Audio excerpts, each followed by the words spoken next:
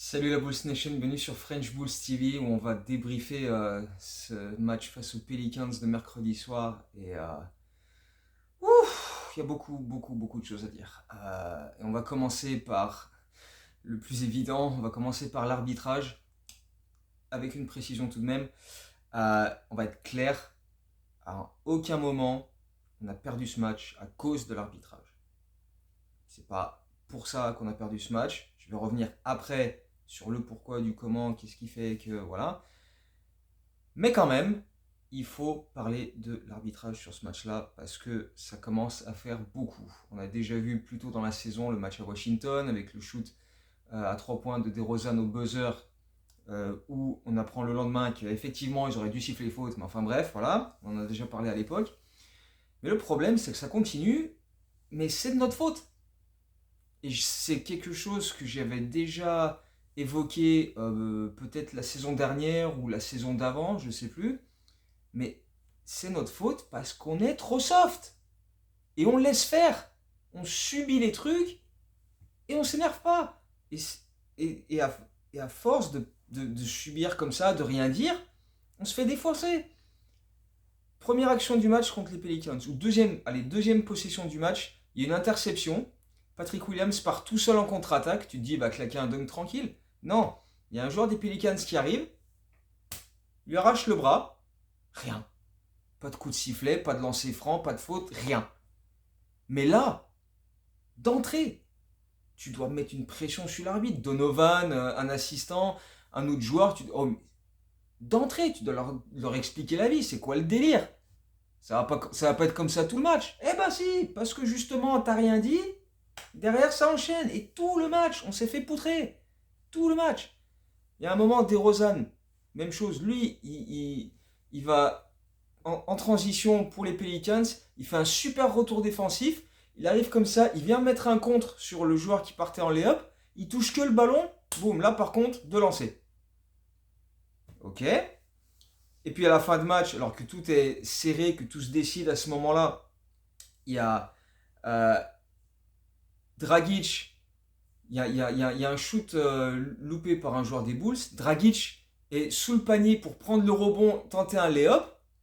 Les arbitres sifflent faute, mais il n'y a pas de lancer. Il avait la balle, il a la possession, il essaie de mettre un lay-up. Parce que les arbitres estiment qu'il n'était pas en train de prendre un. C'était pas une action de tir. Il est en train de mettre un lay-up. Il est en train de prendre un lay-up. Où mais enfin, dans quel monde, dans quel délire on est pour qu'on n'ait pas eu de lancer franc à ce moment-là? D'ailleurs, les lancers francs sur ce match-là, 36 pour les Pelicans, 18 pour les Bulls. Donc le double. Le double. Dans un match qui s'est joué à 4 points. Et donc, pas de lancer franc pour Dragic sur ce coup-là. Et plus tard dans le match, dans vraiment la toute fin, on est à moins de 2 minutes de la fin du match. Ingram à mi-distance, dégage Caruso de la main et ensuite met son mid-range. Et là, pour le coup, le lendemain, les arbitres te disent Ah, on aurait dû siffler faute offensive. Mais va te faire enculer la ligue. D'où tu nous mets ce rapport de merde? Déjà, siffle la faute au bon moment, parce que le lendemain, c'est trop tard, ça sert plus à rien. Ne viens pas en plus nous le dire Ah ouais, on aurait dû. Bah non, mais on s'en fout. On s'en fout, tu la siffles sur le moment, point barre. Enfin bref. Euh, donc, un enchaînement comme ça de décisions, mais catastrophiques, mais catastrophiques. Et en plus, derrière, DeRozan, dans la continuité de cette action, hein, la continuité de cette action où Ingram dégage Caruso, met son shoot, alors que ça aurait dû être une faute offensive. L'action suivante, DeRozan attaque le cercle, faute de Zion, pas sifflé, pas de lancer, rien. Dans la continuité encore, Ingram, pareil, encore à mi-distance, cette fois-ci défendu par Zach LaVine, qui rentre un shoot qui rebondit 4 mètres au-dessus du cercle et qui rentre. Et derrière, bah, t'es mort, tu peux plus. Tu peux plus. Et pourtant on, a, on a eu les opportunités de revenir. Mais enfin, bref, pour terminer avec l'arbitrage, du coup, on a été frustrés tout le long. Et on a pris deux techniques, de Rozan et Vucevic dans, je crois, le troisième quart-temps. Et Vucevic qui a en plus pris une amende de 15 000 dollars parce qu'il a fait un doigt à un arbitre à un moment donné. Euh, Moi, Moi, je touche 22 millions par saison. On me dit, tu prends 15 000 dollars si tu fais un doigt l'arbitre, mais j'en fais tout le temps. Mais je passe mon temps dans tous les sens. Dans tous les sens. Mais non, mais surtout avec l'arbitrage qu'on a eu mercredi. Mais t'es obligé. T'es obligé. Je suis désolé. Vucevic, après, le vendredi, donc hier, il y avait des séances avec les médias après l'entraînement. Il a dit ah, je m'excuse, j'aurais pas dû faire ça. T'inquiète pas, Vooch. Moi je t'excuse, il n'y a pas de problème, parce que moi j'aurais fait pire. Mais j'aurais fait 10 fois pire. Et ça aurait été tout le temps. Donc bref, pour moi t'inquiète pas, t'es pardonné, je te pardonne tranquille, mon Vooch, il n'y a pas de problème. Je te pardonne un peu moins pour le match, mais enfin on va y revenir aussi. Euh, donc bref, on va quand même parler du match, parce que les arbitres, en bout d'un... Voilà. Euh, donc le match, malgré tout, et c'est ça aussi qui est frustrant, c'est qu'on a été présent tout le long. On a vraiment été... Tout le match a été super disputé, super serré. C'était vraiment un de ces matchs où voilà, il y avait très peu d'écart entre les deux équipes. Il n'y a jamais eu de gros avantages pour une équipe comme pour l'autre. Je crois que la plus grosse avance pour les deux équipes, c'était 11 points. Euh, il y a eu 19 changements de leader dans ce match-là, dont une bonne partie dans le quatrième quart-temps. Il y a eu 19 fois égalité. Voilà, on a vraiment fait un match vraiment intéressant, je trouve, aussi sur le plan défensif, avec des retours rapides en transition, notamment, donc on disait, DeRozan à plusieurs reprises, dont le coup où il lui siffle une faute alors qu'il fait un clean block. On a bien protégé le cercle par moment, on a mis des gros contres près du cercle, Patrick Williams a mis 4 contres, Derrick Jones, Green, tout ça, il y a eu plusieurs bons stops défensifs près du cercle. Il y a eu d'autres fois où on s'est fait un peu plus bousculer, notamment Valanciunas qui a mis une misère à Vucevic. Mais dans l'ensemble, on était là, on a fait des trucs vraiment intéressants. Bon, parfois on a fait un peu trop de switch, on se retrouvait avec des mismatchs qui ont vite été exploités de l'autre côté. Mais dans l'ensemble, là, il y a eu des close-out rapides sur les shooters extérieurs. Les Pelicans n'ont pas eu vraiment de grosse adresse à 3 points, je crois qu'ils ont débuté à 0 sur 10. Euh, bon, nous non plus, au final, hein, notre adresse à 3 points n'a pas été énorme. On a fait 7 sur 27 et ça nous a pas mal plombé aussi. Quand tu shootes moitié moins de lancers francs que l'équipe adverse et que tu es à 7 sur 27 à 3 points, tout de suite c'est plus compliqué. On a encore fait un match avec assez peu de passes décisives, mais c'est pareil, quand tu loupes tes tirs ouverts, bah forcément ton nombre de passes décisives il reste assez bas. Et puis surtout, ce qui nous a plombé, et là pour le coup ça nous a vraiment plombé, c'est les pertes de balles.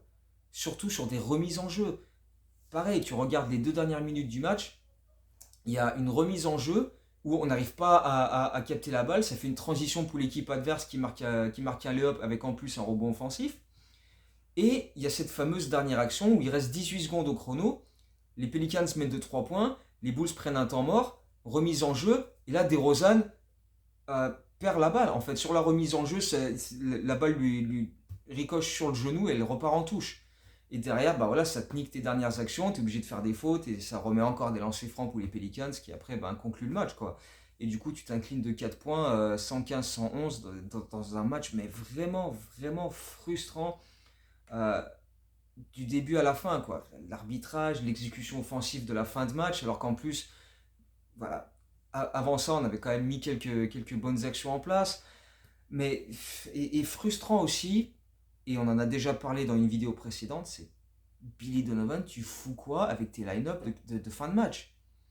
Je sais plus quel match, on en avait déjà parlé, où tu te dis, DeRozan il subit des prises à deux, bah, c'était Toronto.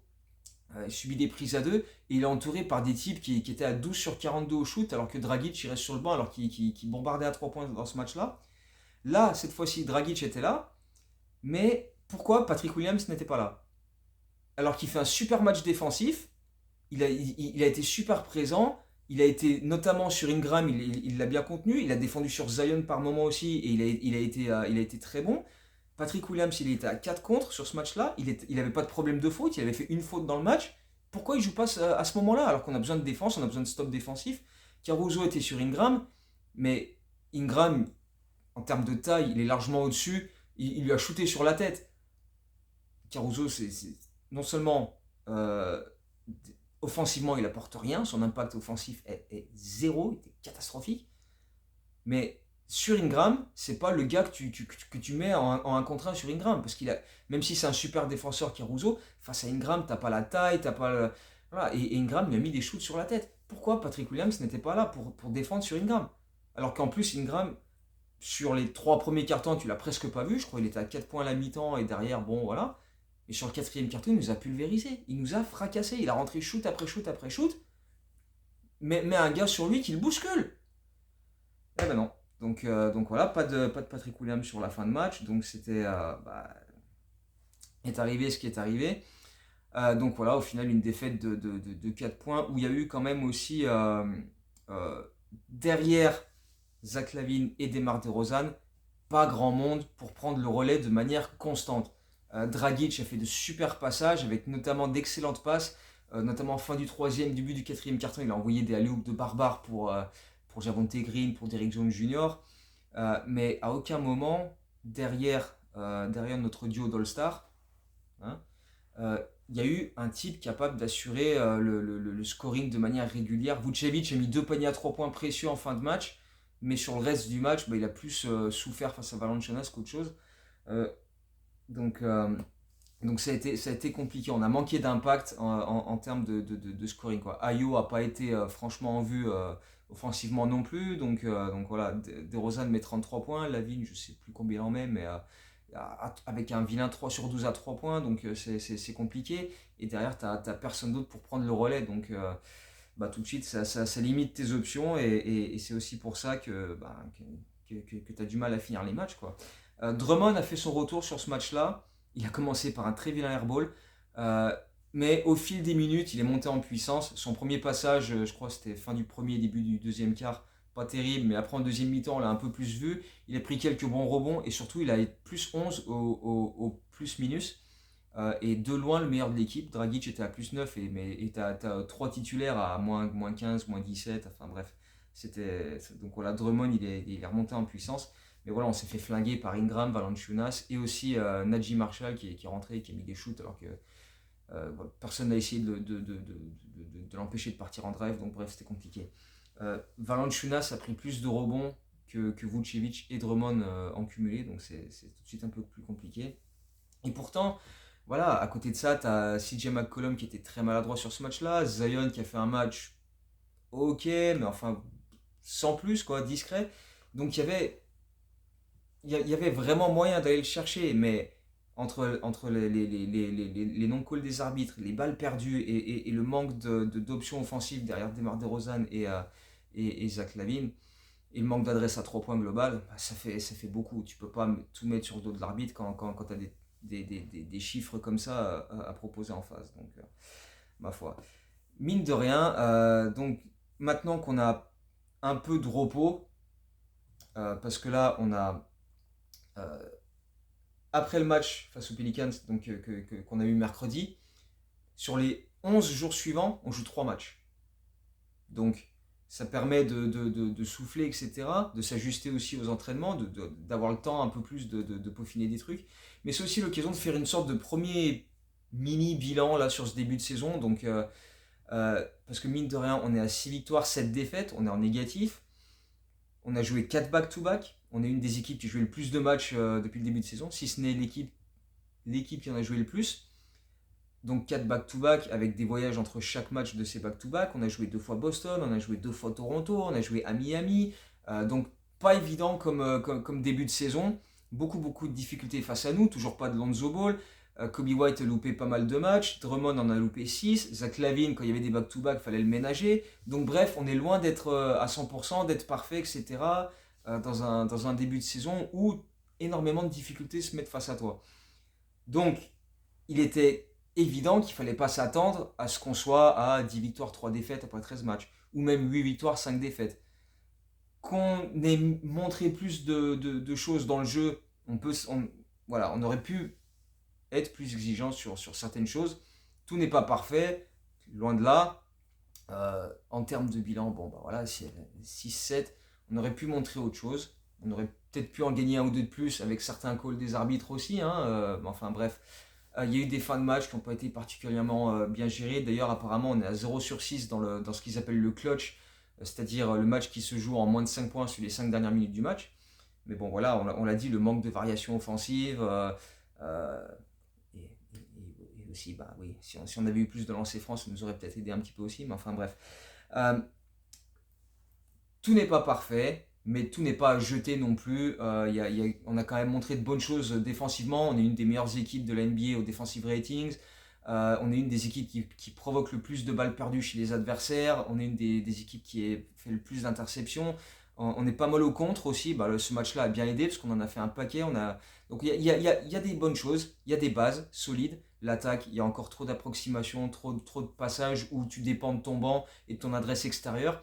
Parce que faudrait que je regarde, mais en fait, si tu mets tes paniers à 3 points, tout de suite ton nombre, et donc tes shoots ouverts, tes passes décisives, t'es à 27, 28, 30 passes décisives, et si tu les mets pas, bah t'es à 19, 20, 21 passes décisives, et tout de suite, bah, ça fait une grosse différence, quoi. Donc, il y a encore des trucs à travailler, et justement, le fait d'avoir beaucoup plus de séances d'entraînement, parce que là c'est pareil, quand tu joues des back-to-back et que tu voyages à droite à gauche, t'as quasiment pas de séances d'entraînement, t'as que les shoot-around du matin des matchs, donc c'est compliqué de faire des ajustements sur la durée. Là, après le match contre les Pelicans, 3 jours sans jouer, et on joue Denver dimanche. Ensuite, on a lundi, mardi où on joue pas, on joue mercredi aux Pelicans, et le vendredi, on reçoit Orlando. Et après, samedi, dimanche, pas de match. Donc, tu as l'occasion déjà de reposer les articulations pour Zach Lavine, ça va lui faire du bien. Dragic aussi, parce qu'il a un certain âge. Drummond, il vient de revenir, donc c'est bien aussi de pouvoir avoir du temps entre les matchs pour se reposer. Donc, tout ça, ça va être bénéfique. Mais aussi, aux entraînements, chaque jour, voilà, peaufiner certains détails, des trucs offensivement, défensivement, faire des ajustements que tu n'as pas eu le temps de faire plus tôt dans la saison. Donc, là, ça va être bénéfique pour nous et ça va être à surveiller aussi, voir comment on va revenir sur les prochains matchs, avec quels ajustements on aura pu mettre en place. Donc ça va être intéressant à suivre. Euh, on a envoyé Dalen Terry en G-League, faire un ou deux entraînements. Et les Windy City Bulls jouent samedi et dimanche. Billy Donovan a dit que Dalen Terry allait jouer au moins un des deux matchs, donc sûrement celui du samedi. Sachant que le dimanche, on reçoit les Nuggets, donc peut-être qu'il veut l'avoir sur le banc pour ce match-là. Donc, sachant que les Windy City Bulls jouent à domicile, donc Terry n'aura pas besoin de voyager à droite à gauche, il restera autour de Chicago. Donc ça sera intéressant à voir, sachant qu'on a aussi Simonovic avec la G-League. Donc, bref, tous ceux qui n'ont pas de temps de jeu, à part Tony Bradley, lui je crois qu'il n'y a plus rien à faire.